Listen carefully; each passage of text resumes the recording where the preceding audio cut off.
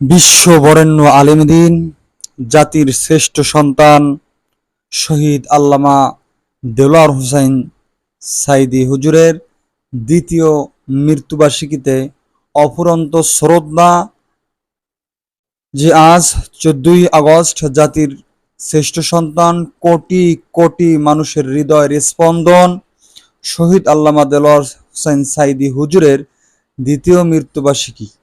হে আল্লাহ, তুমি হুজুরকে জান্নাতের সর্বোচ্চ মাকামে অধিষ্ঠিত করুন।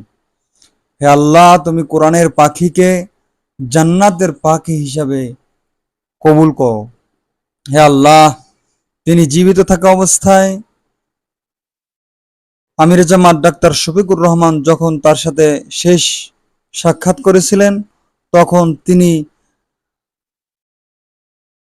আমির জামাতকে বলেছিলেন, আল্লাহর কাছে দুইটা জিনিস চাই। একটি হচ্ছে আবার যেন আল্লাহ তাআলা 1 মিনিটের জন্য হলেও কোরআনের ময়দানে আমাকে বসান, আমি একটু মানুষের কাছে কোরআনের কথা বলতে চাই।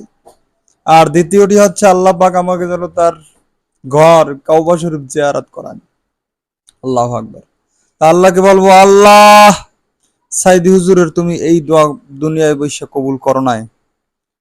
আমরা জানি যে এই দুনিয়ায় যা বান্দারা যখন দোয়া করে সব দোয়াগুলো কবুল করো না, কিছু রেখে দাও তার ভালোর জন্য।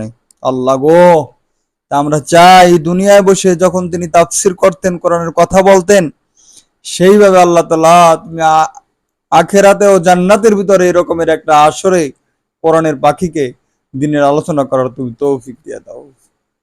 সকল বলুন আমিন। সকলে তার জন্য দোয়া করবেন। সকলের জন্য দোয়া ও শুভকামনা রইল। আসসালামু আলাইকুম।